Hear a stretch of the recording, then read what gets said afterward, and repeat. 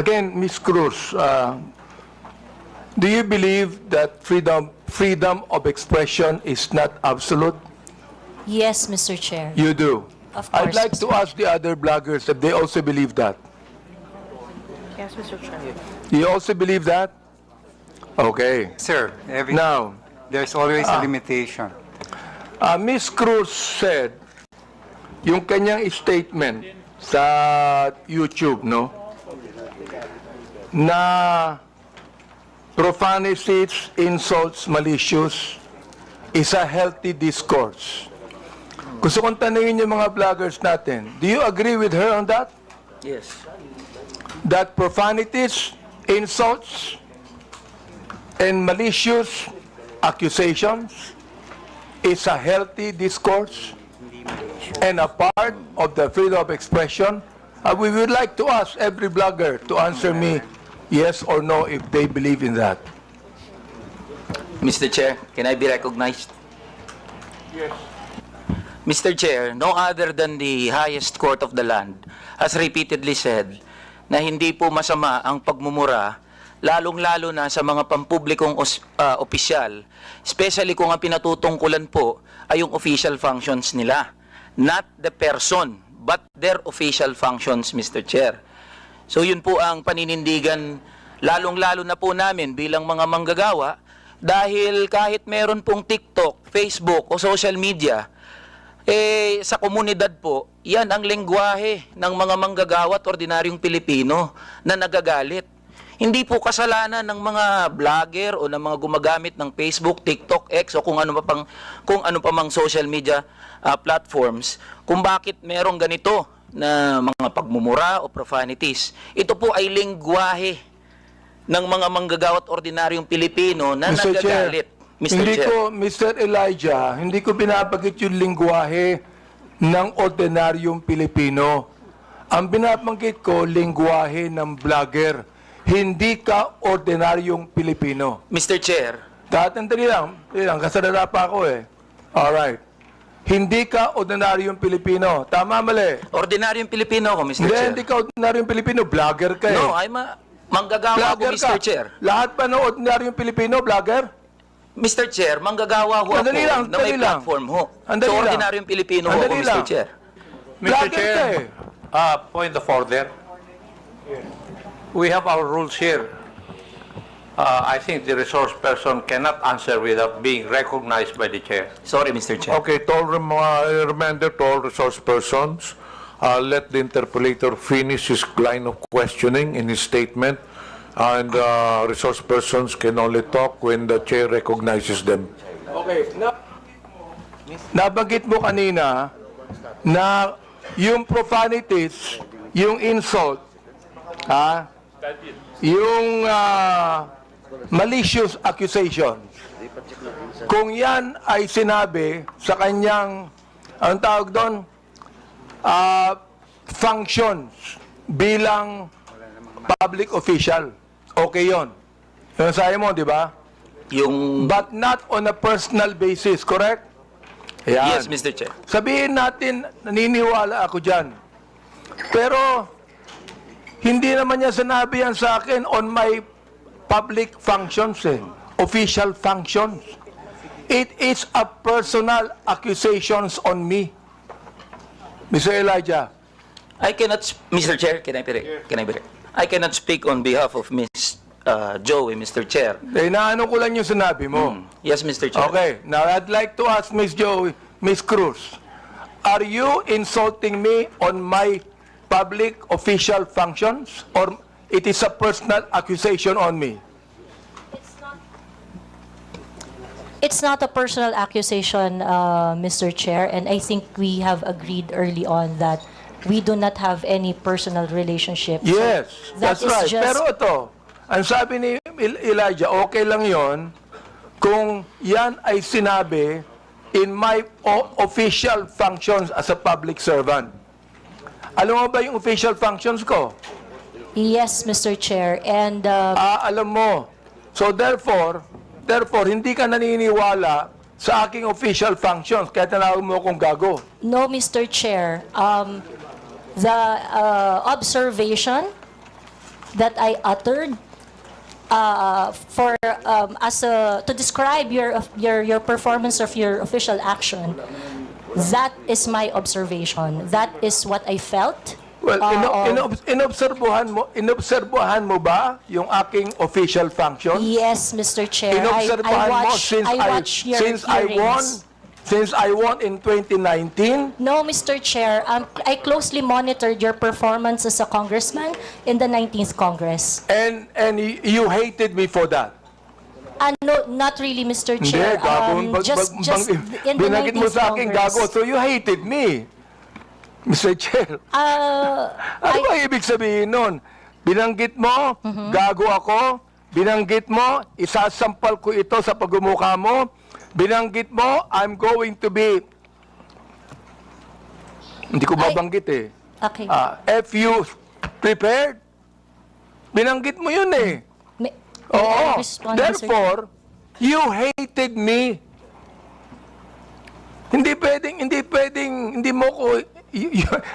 pwedeng sabihin mo sa akin na you love me. Is that the person that you said that you love me? I love you, and because of that, isasampal ko ito sa'yo. May I respond, Mr. Chair? Yeah, go ahead. Sige, Okay. Mr. Chair, go ahead, respond. At the very most, I do not like your performance as a member of the 19th Congress. But hate is such a powerful word because we established earlier that we do not have any personal relationship or any personal Mr. Chair, affiliation. Binanggit mo yung human rights. Yes, Binanggit mo Mr. yan kanina, Chair. di ba? Correct, Mr. Therefore, Chair. Mr. Chair, you violated my human rights. Why?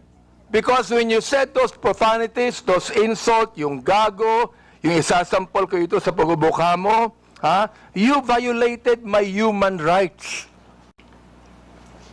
You did. May I respond, Mr. Chair? Teka, Mr. Chair, hindi ako nagagalit sa'yo.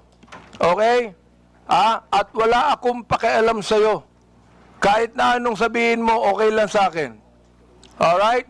Pero itong ating pinag-uusapan ngayon, merong kinalaman sa mga legislation na aming gagawin later on. That is why I am asking you right now. Sapagkat napakahalaga nito. Kapag binabanggit mo, if you're saying that using profanities, insults, and malicious accusations online represent fair and respectful discourse and a healthy discourse, therefore you're telling us that the freedom of expression is absolute. You can say anything you want, and that is freedom of expression. Yun ang sinasabi ko, Mr. Chair. May I respond, Mr. Chair? Pag binanggit mo, if you said that freedom of expression is not absolute, therefore, there are certain things that you cannot say. Yun ang ibig sabihin nung freedom of expression is not absolute. May limitation yun. Di ba? Oh. Go ahead. You can answer now. Okay, thank you very much, Mr. Chair. Mr. Chair, in the universal thoughts and ideas, there would always be a limitation. The freedom of speech is not absolute. And the limitation of freedom of speech is well defined. Under the law, under the jurisprudence, there are things that you cannot say. There are things that Mr. Chair, you what cannot... jurisprudence are you talking about? Supreme Court decisions, Your Honor. Can you tell me what law? Example of law that limits your Yes. freedom of expression. For Can you example, tell me the Mr. Chair, jurisprudence? yes, Mr. Chair. For example, Mr. Chair, there is, I cannot specify the specific law, Mr. Chair. There but is a law on libel. Yeah, law There on is a libel. law on slander. There is a law. Is it okay, Mr. Chair, if I give my example? Okay, thank you very much. One example, and I think this example is very demonstrative, is very illustrative of the limitation of freedom of speech. Right now, it is election, midterm election, and it is not allowed that people are going to campaign on the day of the election day. That is a clear prohibition to express on the part of the citizen to say whatever they want to say on that Teka, election day, Mr. because Chair, ano po ang connection nung binabanggit mo? I'm asking you about the jurisprudence. I just told you that there is a law against on libel, on cybercrime. What you said today is libelous. What you said here is libelous. Why? Mr. Because Chair. there is a malicious intent. When you use profanities, when you use the word gago, there is a malicious accusation, and that is libelous. Mr. Chair, if that is your assessment of that kind of Listen, statement, you not will only have your... libelous, Mr. Chair, dali lang ha, not only libelous, that is also unjust vexation on my part. May I respond, Mr. Chair? Go ahead. Okay, Mr. Chair, if you think that you are violated by my exercise of my freedom, you would have your right and No, be no, in court Mr. Chair, so that, don't so worry. that the maliciousness of Mr. that Chair, statement don't can be worry. I'm sorted not out going in the to charge you proper in court. authority. Don't worry. I'm not going to charge you. If I charge you in court, matatalo ka eh. Pero hindi. Oo. Unjust vexation to. Alam niyo ba yon? Are you a lawyer or not?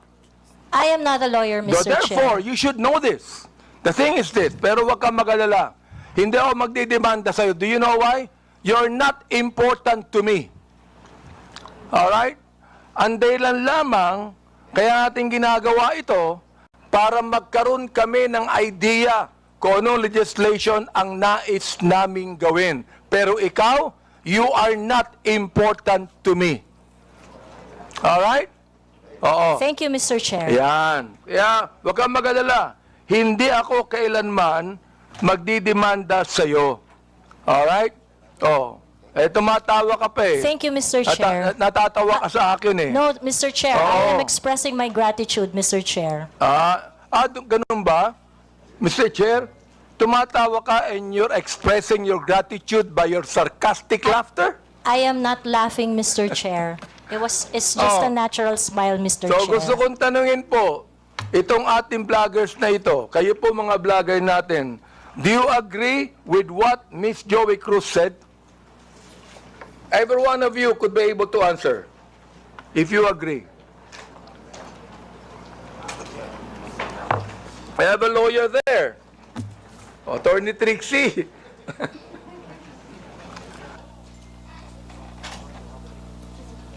Attorney Trixie, you have the floor.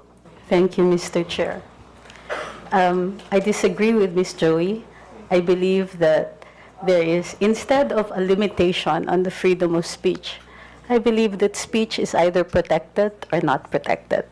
Thank you very much. Those that are covered by the law, such as the law on inciting to terrorism, inciting to rebellion, and so on, are unprotected speech. And those that are not covered by any limitations by the law are protected speech. The Supreme Court has said that expressions of frustration are protected speech. And therefore, although we differ, Ms. Joey and I, on the approach to the problem, we agree on the solution. Okay, let me ask the other bloggers that we have. Each of you could be able to answer and tell me if you agree with Miss Cruz on that.